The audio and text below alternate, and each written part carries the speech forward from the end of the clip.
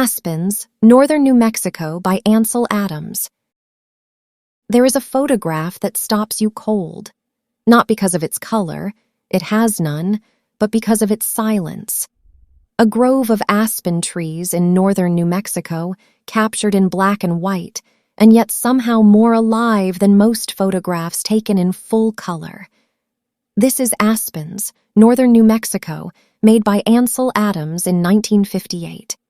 And today, we're going to look at it closely, because great photographs reward that kind of attention.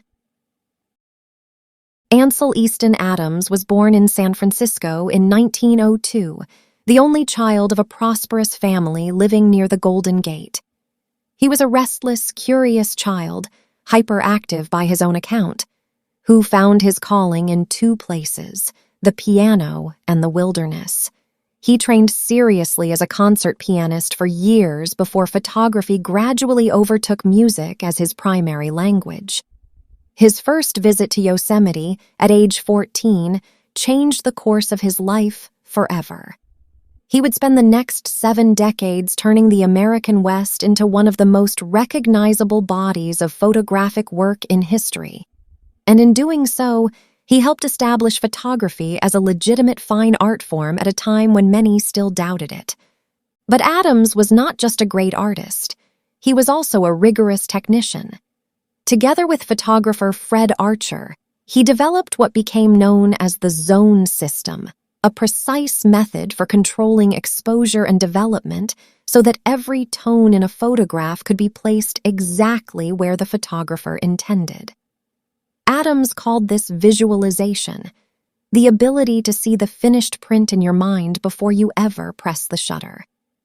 When he stood in front of a scene, he wasn't just looking at it. He was already reading the light, measuring the contrast, calculating what needed to happen in the dark room to transform what his eye saw into what his imagination had already pictured. In Aspens, northern New Mexico, that discipline is everywhere. Look at the deep, velvety blacks of the forest behind the trees. Then look at the luminous, almost incandescent whites of the sunlit leaves in the foreground. That range, from the darkest shadow to the brightest highlight, is enormous, and it is entirely intentional. None of this happened by accident. Now look at the composition itself.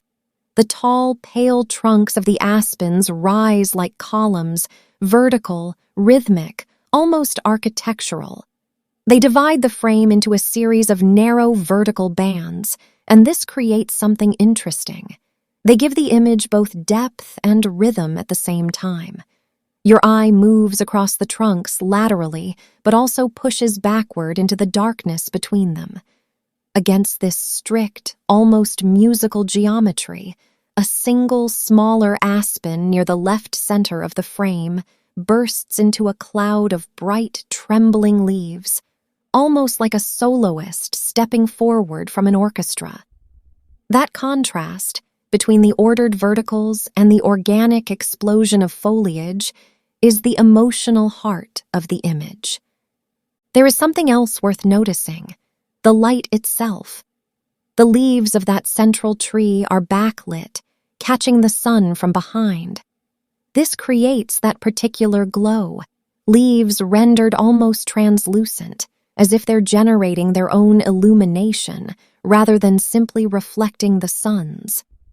It's an effect that Adams understood intuitively. Backlight separates a subject from its background.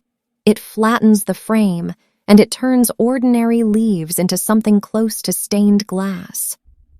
The image was made in autumn, and the aspens are near their seasonal peak. But you wouldn't know it was autumn from the color, because there is no color. And yet you feel it. The image carries the quality of a particular kind of light, low, lateral, golden hour light that comes only in certain seasons at certain latitudes.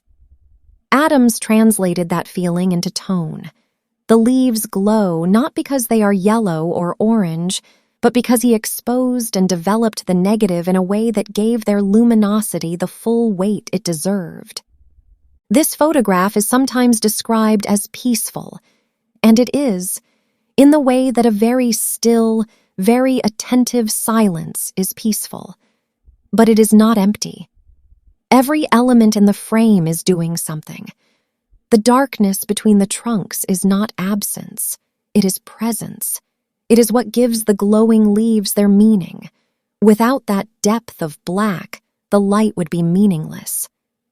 Adams understood this the way a musician understands silence, not as nothing, but as the space that gives sound its shape. Ansel Adams died in 1984 at the age of 82 in Carmel, California. He had spent nearly his entire life making photographs and fighting to protect the land he loved. He was a passionate conservationist, a close friend of the Sierra Club, and one of the earliest voices to argue that wilderness had value not just as a resource, but as a place where the human spirit could breathe. His photographs were, in part, his argument. Every print he made was a case for preservation. Aspens, northern New Mexico, is one of the quietest arguments he ever made. No dramatic peaks, no crashing waterfalls, no vast horizons, just a stand of trees in the late light, rendered in silver and shadow, asking you to slow down and look. And if you do really look, you'll find that looking is enough. Thank you for watching. If you enjoyed this analysis, please subscribe and leave a comment below. What other works would you like to explore? See you next time.